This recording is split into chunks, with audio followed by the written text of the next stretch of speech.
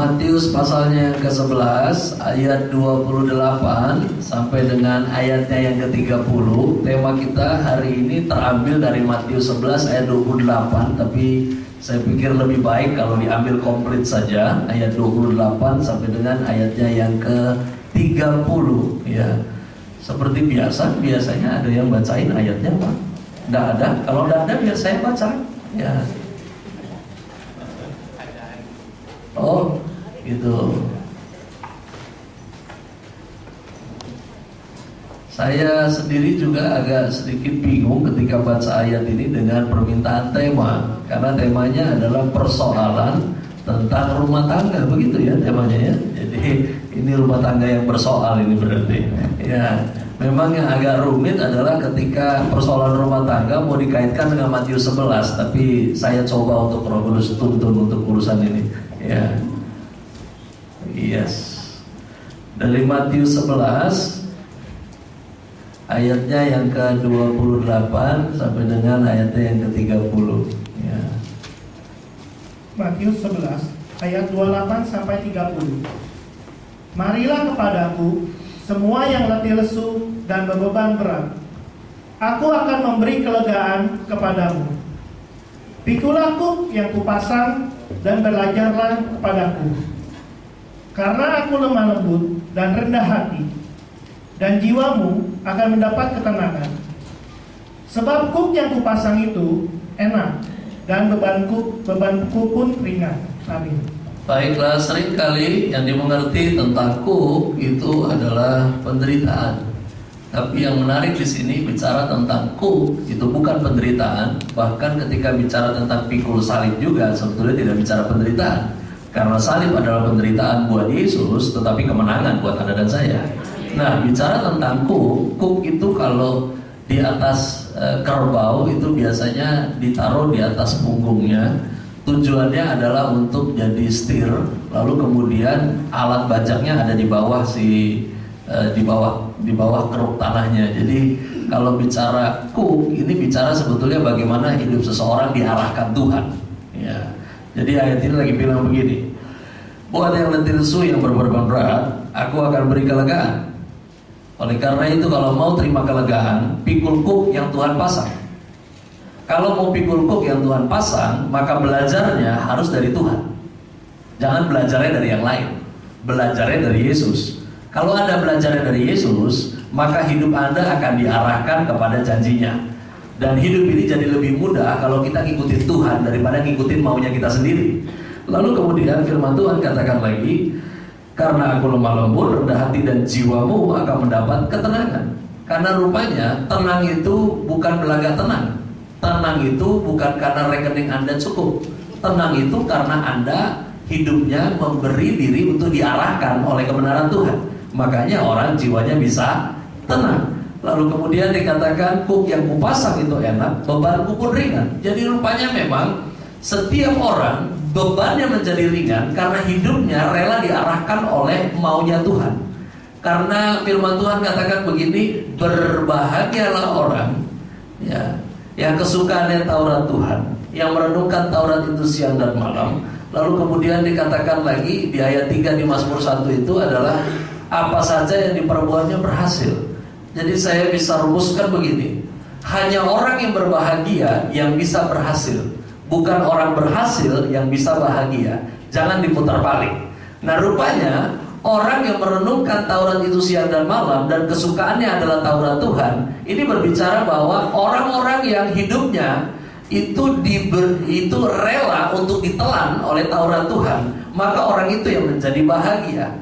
Perlu diketahui, bicara tentang kuk, bicara tentang maunya Tuhan, bicara tentang aturan mainnya Tuhan, bicara tentang Taurat. Bicara tentang Taurat, jumlah hukum Taurat ada yang tahu jumlahnya berapa? Jemaat Tuhan? 613 itu jumlah hukum Taurat. Jadi bukan 10 perintah Allah, itu lain lagi. Hukum Taurat itu jumlahnya ada 613. 613 hukum Taurat terbagi dalam dua kategori hukum. Yang pertama terbagi 365, yang kedua adalah 248. 365 hukum adalah tentang apa yang tidak boleh dilakukan manusia, dan 248 lainnya adalah perintah untuk dilakukan. Jadi 365 ditambah 248, jumlahnya adalah 613.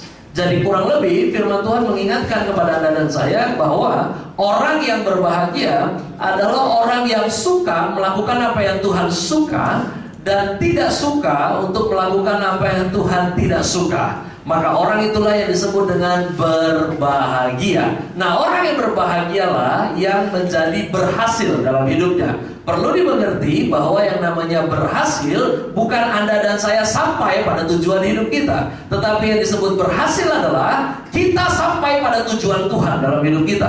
Itu yang disebut dengan berhasil. Bukan Anda sampai pada maunya Anda, tapi Anda sampai pada maunya Tuhan. Nah, lagi-lagi bicara tentang rumah tangga, ini yang saya percaya bahwa orang kalau nikah cari bahagia, pasti gak bahagia, karena pernikahan miliknya orang yang bahagia.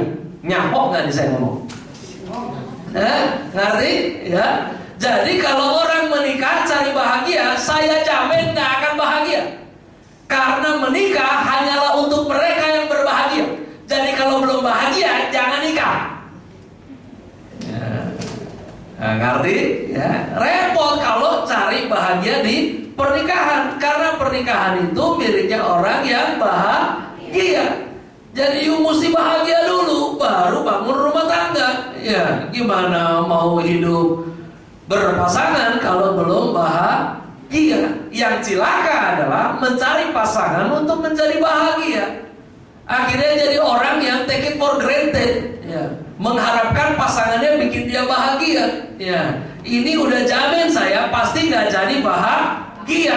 Ya, buat Anda yang 10 tahun, 20 tahun, ya. Kalau saya anak udah 4, yang paling besar usia 27 tahun, mantu 1, cucu 1 masih di kandungan. Ya, tahun ini tambah lagi mantu, bulan April nikah lagi anaknya.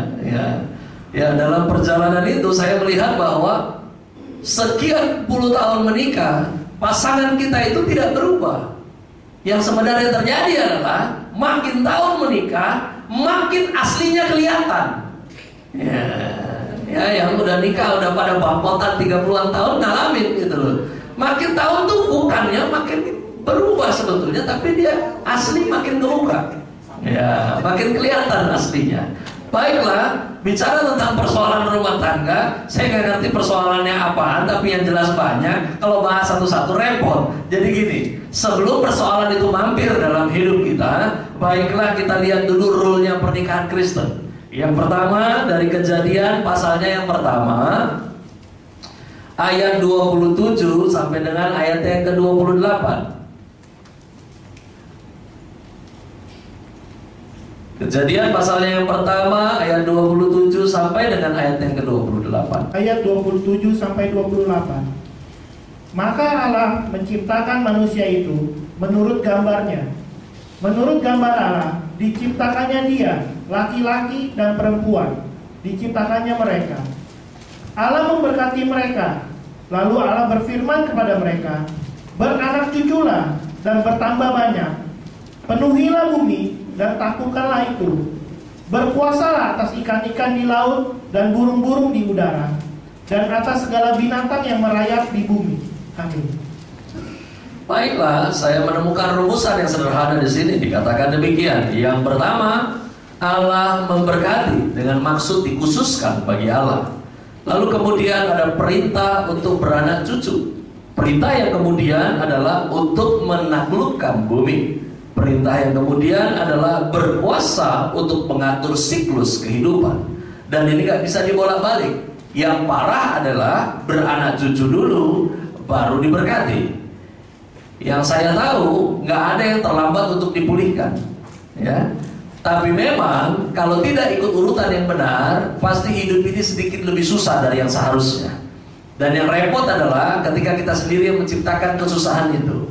Baiklah, rancangan Allah dalam pernikahan yang pertama kita temukan tidak ada hubungan pertemanan, hubungan persahabatan, hubungan kakak beradik yang diberkati khusus seperti hubungan pernikahan. Saya bisa simpulkan dari firman Tuhan mengatakan bahwa yang namanya pernikahan Kristen itu adalah Tuhan punya rancangan. Jadi kalau itu Tuhan punya rancangan, lembaga ini Tuhan yang punya. Karena lembaga ini Tuhan yang punya, maka sederhana pemikirannya adalah setiap orang yang mau menikah, maka orang itu sedang masuk Tuhan punya rancangan. Yang parah adalah ketika orang mau menikah, dia masuk dalam rancangannya Tuhan, tapi cara kerjanya pakai suka-suka dia sendiri. Ini repot, ya. Memang orang zaman sekarang di akhir zaman ini cukup unik. Banyak yang hidupnya mau sembarangan, ngaco, nggak takut akan Tuhan, tapi yakin banget masuk surga. Ada kemungkinan orang model begini punya kenalan orang dalam. Ya, memang beda kasus kalau ada urusan dengan kelurahan. Tapi ini surga punya urusan, nggak bisa. Ya, jadi gini, siapa menikah nggak bisa suka-sukanya dia. Setiap orang yang menikah, kalau mau jiwanya tenang, kalau mau bebannya ringan, harus ikut Tuhan punya mau. Karena pernikahan adalah Tuhan punya. Karena itu Tuhan punya, maka harus hidupnya gesyera-syera God will be. Ya, nggak boleh, karena gini, ketika kita nggak ngerti dasar rancangan ini, maka ketika terjadi konflik, akhirnya konsep berpikirnya mulai istri yang menang atau suami yang menang. Siapa yang kalah? Ya. Nah, ini nanti kita lihat. Kalau nggak dapat dasar pemikirannya memang mengerikan. Ya. Jadi kita mulai yang pertama dulu bahwa pernikahan Kristen itu Tuhan punya. Siapa masuk dalam pernikahan Kristen, maka rumah tangganya Tuhan punya. Kalau rumah tanggamu Tuhan punya, nggak bisa suka-suka Anda dan saya lagi. Harus suka-sukanya Tuhan. Baik, yang kedua, dari Bilangan pasal 30 ayatnya yang ke-6.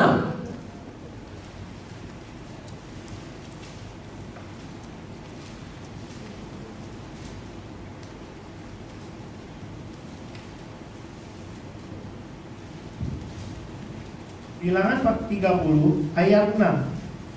Tetapi jika perempuan itu bersuami dan ia masih berhutang karena salah satu nazar atau salah satu janji yang diucapkan begitu saja dan yang mengikat dirinya,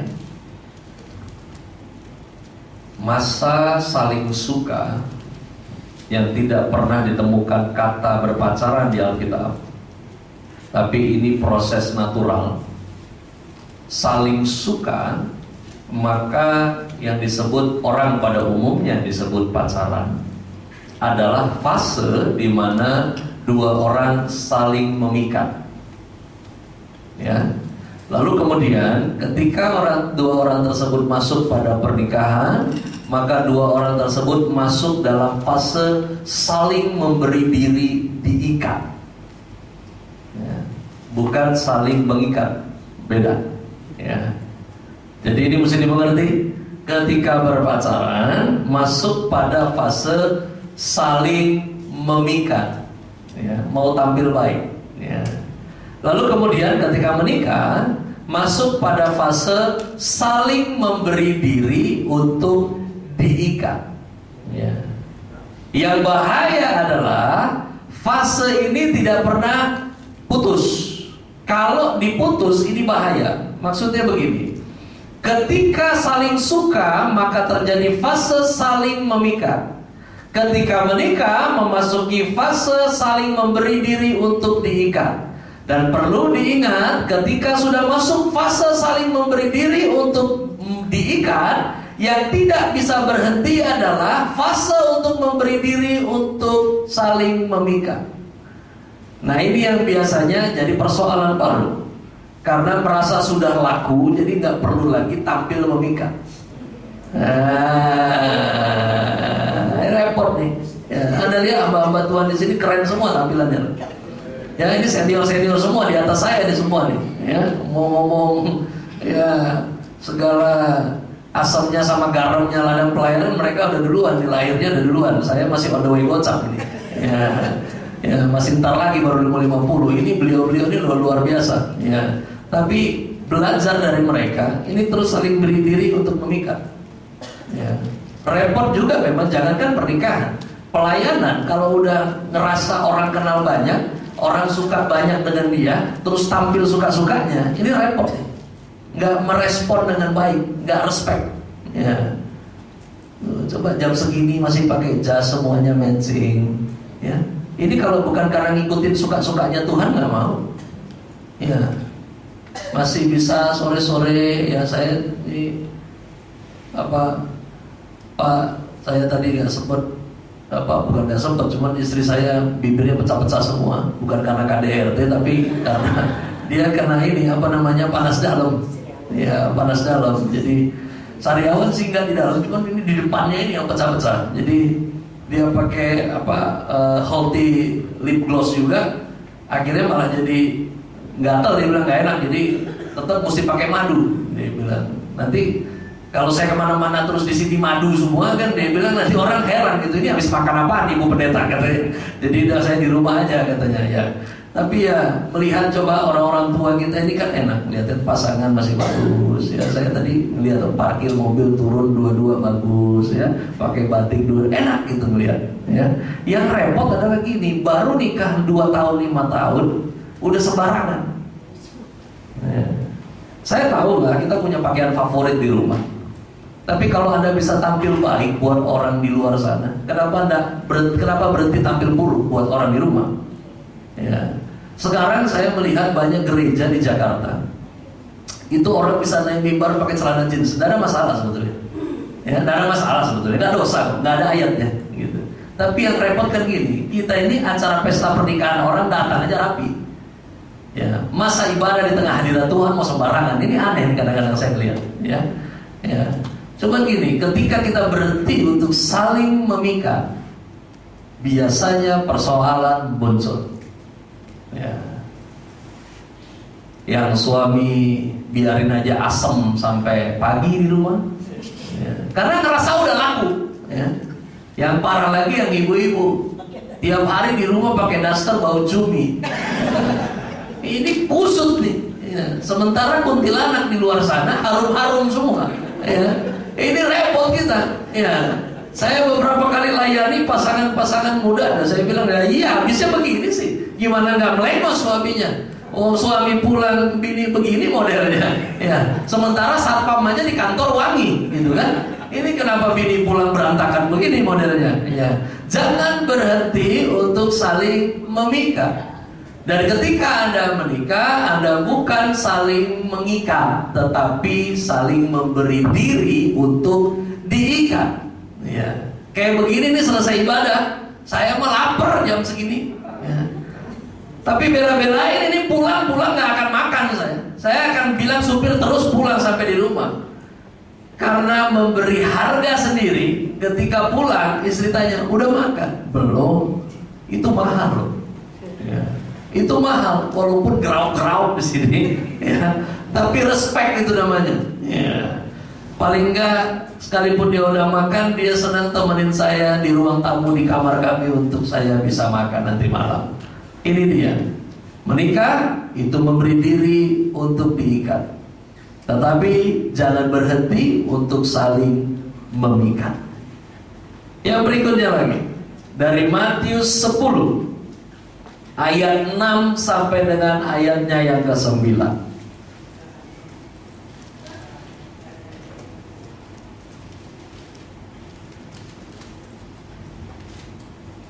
Matius 10 ayat 6 sampai 9. Melainkan pergilah kepada domba-domba yang hilang dari umat Israel. Markus 10 ayat 6 sampai 9.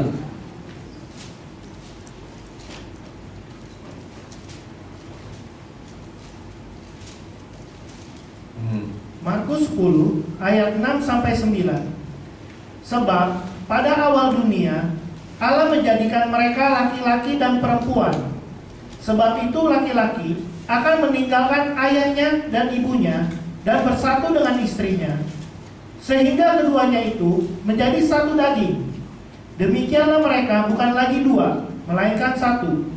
Karena itu, apa yang telah dipersatukan Allah tidak boleh diceraikan manusia. Amin. Ya, saya menggarisbawahi meninggalkan ayahnya dan ibunya dan bersatu dengan istrinya menjadi satu daging. Lalu kemudian saya menggarisbawahi apa yang telah dipersatukan Allah tidak boleh diceraikan manusia. Baiklah, kita mulai dulu dari meninggalkan ayah dan ibunya dan bersatu. Ini bicara tentang kedaulatan di dalam rumah tangga. Maka suka atau tidak, kecuali catatan notisnya adalah orang tuanya lumpuh dan tidak ada yang mengurusi. Ya, jadi selama orang tua sehat, kalau menikah silakan keluar dari rumah. Ya. Saya ketika anak yang nomor 2, itulah yang nomor 3 itu yang pertama kali justru menikah. Ya. Dan saya hanya memberi dia tempo 4 bulan di rumah. Jadi sebelum pemberkatan udah 6 bulan sebelum saya udah bilang, siap-siap cari rumah baru. Ya, jangan tinggal di sini. Ya. Mereka bilang, "Papa ngusir nih." Bukan ngusir. Kau tidak akan bisa pimpin rumah tanggamu dengan benar kalau kau numpang di sini. Karena orang tua numpang di rumah anak itu beda psikologi dengan anak numpang di rumah orang tua. Itu beda psikologinya. Ya. Jadi saya bilang out. Ya. Sementara staf gereja, staf ministry mereka bilang, "Bapak tega banget. Punya rumah kamarnya aja ada 8, kenapa anak disuruh pergi?" Ya. Saya bilang, anak saya, kalian tidak akan saya kosongkan kamarnya. Kamar kalian tetap jadi milik kalian, tapi jangan tinggal di rumah ini. Kalau mau nginap sekali-sekali boleh di sini, tapi nggak boleh tinggal di sini. Saya hitung kemarin yang nikah itu cuma 2 bulan. Ya, setelah nikah berkat 2 bulan saja. 2 bulan kemudian mereka dapat kontrak baru. Ya mereka, ya anak saya yang laki-laki dia bilang, "Aduh, mau cari yang KPR rumah baru kok nggak dapat cocok-cocok." Saya bilang, "Mau dapat cocok tunggu Yesus datang kau nanti. Kau keluar saja dulu dari sini, nanti pasti dapat yang cocok." Ya, karena Tuhan berkati Abraham sebelum menjadi Abraham, karena Abraham mau keluar dari Ur Kasdim. Saya nggak bisa bayangkan kalau Abraham tidak keluar dari rumah bapaknya, dia nggak akan pernah diberkati luar biasa.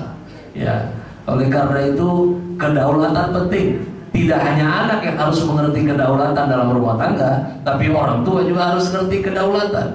Makanya Anda kalau punya anak, sekarang ada calon-calonnya, Anda harus ikut campur, intervensi habis-habisan, karena setelah mereka menikah, Anda tidak boleh ikut campur lagi. Amin. Ya. Karena kalau sudah mereka menikah, hak kita adalah itu juga menunggu kalau mereka minta nasihat. Kalau tidak diminta jangan ikut campur, Anda akan bikin kacau. Ya, karena biasanya itu yang terjadi. Ya, saya sendiri juga kalau melihat kadang ada tingkah polanya yang bagaimana begitu, ya cuma bisa doa aja. Ya, apalagi saya punya anak yang nomor 3 yang menikah pertama, itu dia menikah dengan perempuan Kanaan. Ya, jadi kenal 3 tahun yang lalu kemudian kenalnya 4 tahun yang lalu, 3 tahun yang lalu saya yang baptis. Ya. Jadi orang tuanya semua masih non Kristen. Ya. Bahkan waktu acara juga udah diancam tidak mau hadir. Ya. Ada keluarga besar yang bilang kami akan bikin kacau. Ya. Pokoknya kalau ini berlangsung bikin kacau. Ya. Saya cuma dalam hati ya, bikin kacau mau bagaimana? Saya punya backup malaikat Tuhan. Ya. Acara berjalan baik, yang kocaknya adalah orang tua tetap hadir. Jadi ibadah pemberkatan di depan ada yang pakai kerudung. Ya, ini seru ini. Ya. Yang lebih seru lagi, tim pengembalaan saya waktu itu, jadi memang dari sinode saya panggil pemberkatan karena tidak etis kalau bapaknya yang angkat doa berkat. Tim pengembalaan yang atur perjamuan kudus ketika pemberkatan, mereka nyelonong pula ke besan, jadi dikasih perjamuan kudus. Itu dia juga bingung pakai kerudung pegang perjamuan kudus. Ya syukurin lo masuk kandangnya domba Tuhan kan gitu. Ya, tapi gini, terlepas dari itu semua, seringkali yang bikin kacau adalah ketika orang tua yang intervensi. Yang kedua adalah anak yang melulu nanya bolak-balik harus bikin bagaimana. Ya. Lalu kemudian yang berikutnya saya garis bawahi adalah menjadi satu daging. Nah, konsep menjadi satu daging tidak bicara tentang hanya sekedar seks yang kudus, tetapi menjadi satu daging ini juga berbicara tentang yang menang bukan lagi istri, yang menang bukan lagi suami ketika ada konflik, tetapi yang menang adalah Kristus. Ya. Ini repot soalnya, kalau siapa salah siapa menang. Ini kejar-kejaran terus kayak film Tom and Jerry ini nanti. Ya. Ada terjadi beberapa waktu lalu. Jadi kejadian ini saya tidak ada di rumah. Istri masih dalam recovery yang itu yang panas dalam itu, masih berapa seminggu lalu. Jadi ada kejadian sementara saya ada pelayanan di luar. Si menantu perempuan selesai periksa USG itu mampir ke rumah. Ya, mampir ke rumah, lalu kemudian janjian dengan suaminya nanti juga nyusul. Ya, nyusul, lalu kemudian rupanya waktu udah sampai di rumah kita, ini dua-duanya udah ketemuan. Nah, gak lama makan malam datang. Ya, staf saya bawa makan malam, lalu kemudian si istrinya ini ada lagi di lantai bawah, yang anak saya ada di kamar saya di atas. Ya. Nah, dia udah pesan nanti kalau ada makanan datang bawa aja itu ke atas, kita makannya di atas. Ya. Baru kemudian makanan itu datang, dibuka di meja makan. Istrinya makan di meja makan, istrinya perintah sama staf saya bilang, kamu bawa yang itu ke atas saja, buat mama sama buat Farel, nama anak saya Farel, bawa buat Farel ke atas. Ya. Jadi ini bawa naik makan di atas. Ya, saya tidak tahu, mungkin anak saya juga yang laki-laki udah tunggu ini kenapa istri saya nggak naik ke atas. Ya. Lalu kemudian selesai makan, ini dari informasi istri saya. Setelah makan, anakku turun ke bawah. Turun ke bawah mungkin mau konfrontir. Gua tunggu lu dari tadi kan begitu kan, kenapa lu gak naik kan begitu kan. Dia turun ke bawah, waktu turun ke bawah istrinya lagi telepon di meja makan. Nah, istrinya telepon dengan mamanya. Nah, lalu kemudian rupanya nelpon mamanya ada urusan yang sangat gak penting. Jadi rupanya begini, sebelum anak laki-laki saya turun, ketika makan di bawah, rupanya kenapa si istrinya gak naik, bukan gak mau nemenin suaminya, karena telepon masuk. Ya, dan memang telepon itu kalau sinyal apapun di rumah saya, itu kalau dari lantai bawah mau naik ke atas tangga itu ada blank spot area, karena betonnya terlalu tebal. Jadi itu pasti putus itu. Ya. Jadi daripada putus teleponnya, dia jawab terus. Rupanya ini adalah sepupunya telepon tentang handphonenya yang rusak. Lalu kemudian mama dari sepupunya ini mau nikah lagi. Nah, mama dari sepupunya ini adalah tante terdekat dari menantu saya. Nah, lalu kemudian setelah telepon-teleponan itu sambil makan, dia telepon mamanya. Bukan mamanya si sepupu, bukan, tapi mama kandungnya dia telepon. Dia bilang gini, "Mah, bilangin tuh sama si tante itu, ya, mau nikah lagi kok, masa handphone anak aja nggak bisa dibeli."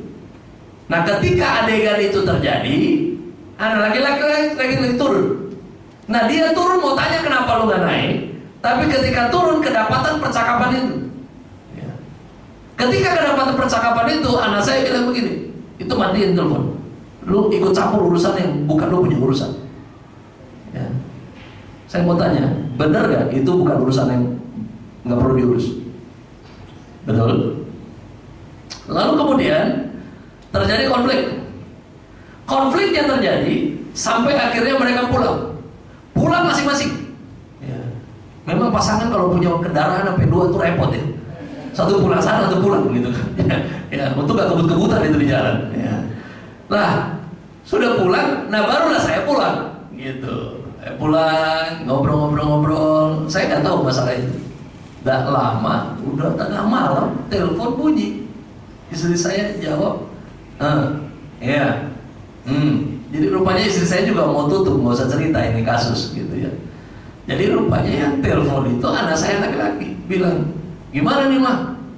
Saya udah minta maaf, masih songong di bini gue."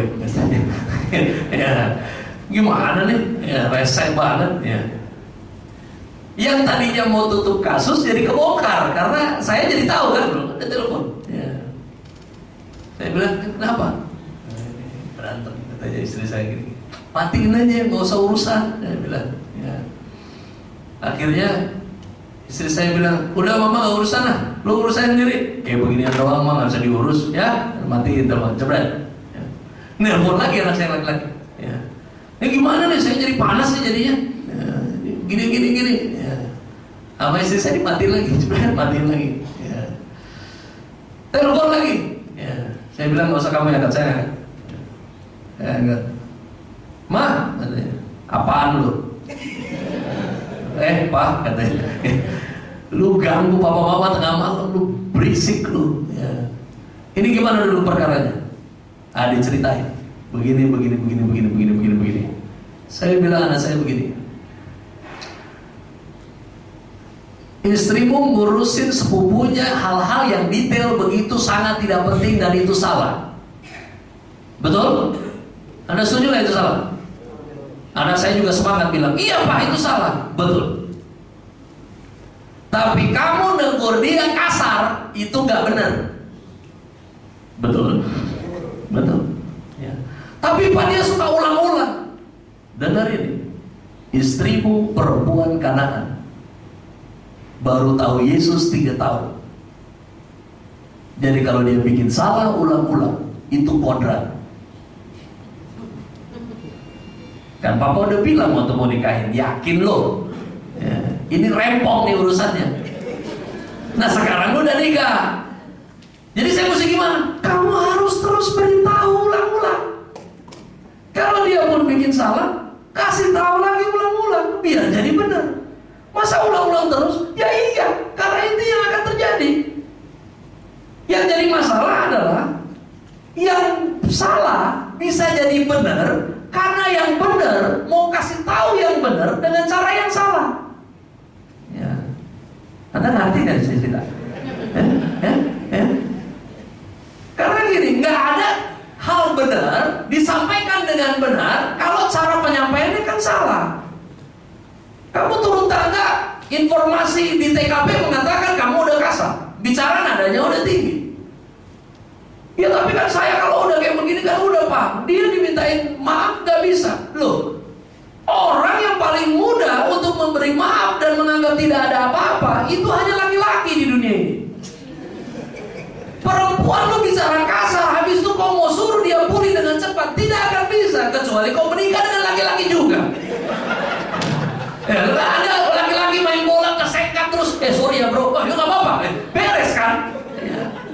Tapi perempuan tidak bisa begitu ya. Jadi beritahu dengan benar, caranya yang benar. Tapi salah siapa Pak yang salah? Saya bilang anak saya, Papa ingatkan kau lagi, urusan di dalam rumah tangga bukan siapa salah siapa benar, tapi bagaimana Kristus tetap menjadi pemenang dalam rumah tangga kita. Itu yang penting. Kalau udah cari siapa salah siapa benar, Anda akan masuk dalam lingkaran setan.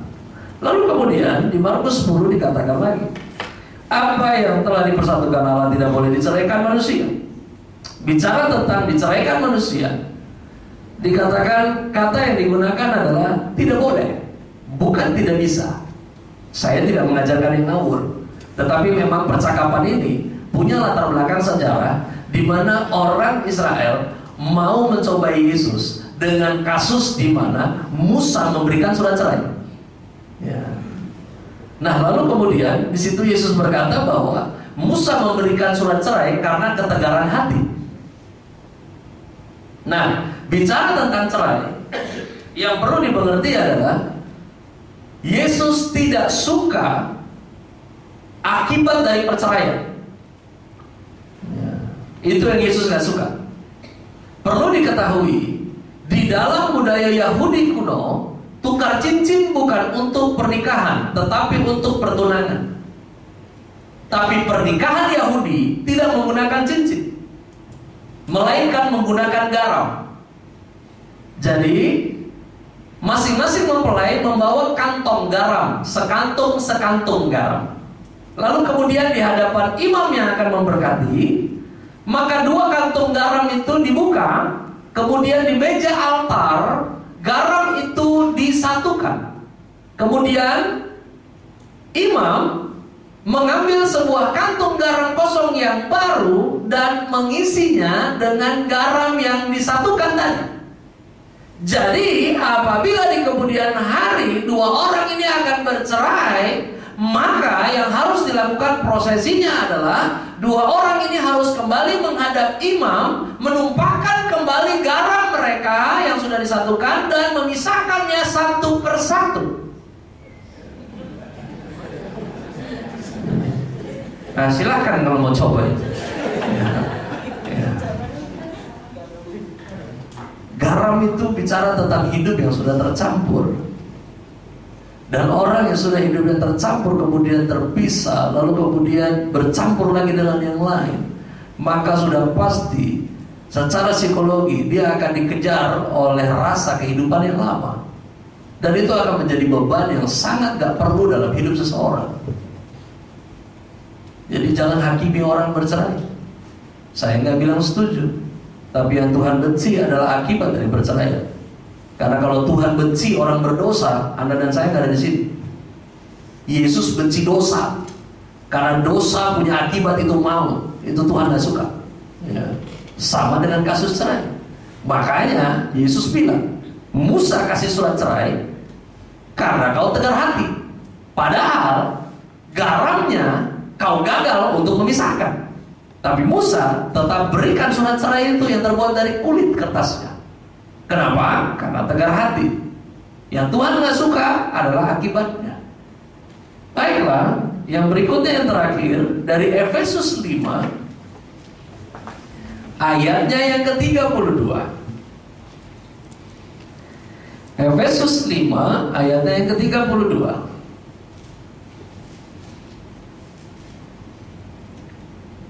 Efesus 5 ayat 32. Rahasia ini besar, tetapi yang aku maksudkan ialah hubungan Kristus dan jemaat. Amin. Efesus pasalnya yang kelima ini banyak kali fenomenal dari ayatnya yang ke-22 sampai dengan ayatnya yang ke-25 yang dikupas. Bicara tentang istri tunduk, suami mengasihi. Ya. Nah, lagi-lagi bicara tentang tunduk. Tunduk itu bukan berarti Anda harus selalu setuju. Tunduk itu adalah di mana istri sekalipun tidak setuju tapi tidak berdebat. Itu artinya tunduk. Tunduk itu artinya adalah di mana istri tetap harus membantu suaminya menghitung resiko dari keputusan yang akan diambil. Istri harus lakukan itu. Bantu suami untuk menghitung resikonya. Nah, nanti kalau suami mau dengar, haleluya. Kalau suami tidak mau dengar, itu nanti Tuhan akan berperkara terhadap suamimu. Itu yang disebut dengan tunduk. Jadi sekalipun tidak setuju, Anda istri tidak berdebat. Nah, lagi-lagi ini sebetulnya bukan melulu tentang mengasihi dan melulu tentang tunduk, tetapi ini semua adalah tentang sebuah rahasia besar. Jadi buat Anda dan saya yang sudah menikah, yang akan menikah, pernikahan Kristen adalah rahasia besar. Perlu diingat, pernikahan Kristen itu lebih dulu ada, baru gereja ada. Ya, jangan putar balik, itu sejarah membuktikan. Ya. Oleh karena itu, bicara tentang pernikahan Kristen berbicara tentang rahasia besar, bahwa suami kepada istri gambaran Kristus kepada jemaat. Jemaat merespon Kristus, gambaran istri yang merespon suami. Siapa yang belajar itu? Yang belajar itu adalah regenerasi. Jadi anak tidak belajar Kristus dengan jemaat di gereja. Justru anak itu belajar hubungan Kristus dengan jemaat itu di rumah. Makanya ketika anak siap dibawa ke sekolah minggu, dia sudah dapat gambaran yang jelas tentang hubungan Kristus dengan jemaat. Jadi Anda bisa bayangkan, ketika istri lawan suaminya di depan anak-anak, maka seperti itulah yang dipelajari anak-anak, bagaimana mereka harus bersikap kepada Kristus. Ya. Ini ngeri. Anda yang punya anak, calon punya anak, ya. Regenerasi kita adalah pendengar yang buruk, tapi peniru yang baik. Ya. Anda omongin bisa ulang-ulang bikin salahnya, tapi yang mereka respect adalah teladan dari hidup Anda dan saya. Ya. Saya ini tahu merokok dari mana? Dari rumah. Ya. Udah ibu saya ngerokok, pendeta saya dulu merokok, mantap kan? Selesai doa berkat, ke depan pintu salam-salam jemaat, selesai salam-salam dia rogoh-rogoh dari dia punya jubah hitamnya itu, tarik keluar kotak rokok warna putih hijau, mereknya Commodore. Saya masih ingat tahun itu, ya. Baru yang gilanya ini pendeta bagi-bagi lagi rokoknya ke majelis. Ayo, marisan kita, marisan katanya. Saya bilang, oh, saya waktu kecil saya cuma perhatikan, oh, ini orang Kristen selesai ibadah nyemok, ya kan? Oh, oke, ya. Dari situ saya belajar, ya. Lalu kemudian yang disebut dengan diskusi adalah pertengkaran. Itu yang saya mengerti. Kenapa? Karena setiap kali ada perbincangan yang serius, orang tua saya pasti bertengkar. Jadi kalau di sekolah ditanya bertengkar itu apa, jawaban saya adalah hasil dari diskusi, ya. Jadi saya nggak ngerti ketika di sekolah belajar pendidikan moral Pancasila yang mengajarkan bermusyawarah mencapai mufakat. Yang saya tahu di mana ada musyawarah, di situ ada pertengkaran. Ya. Tidak hanya di rumah, rupanya itu terjadi di gereja. Rapat Natal berkelahi, rapat ulang tahun gereja berkelahi. Ya. Jadi rupanya inilah hidup ini. Ya. Pokoknya mau tahu ngerokok di gereja, mau tahu berantem di gereja, belajar ngomongin orang di gereja. Itu yang saya tahu dari saya kecil. Ya. Ayolah, jangan lanjutkan itu lagi dalam rumah tangga kita. Tambah rusak bangsa ini. Ya. Karena sebuah bangsa kan lahirnya dari rumah tangga. Ya. Rakyat punya rumah tangga, jemaat punya rumah tangga, akan berdampak pada bangsa. Jadi bicara tentang persoalan rumah tangga, persoalannya punya masing-masing.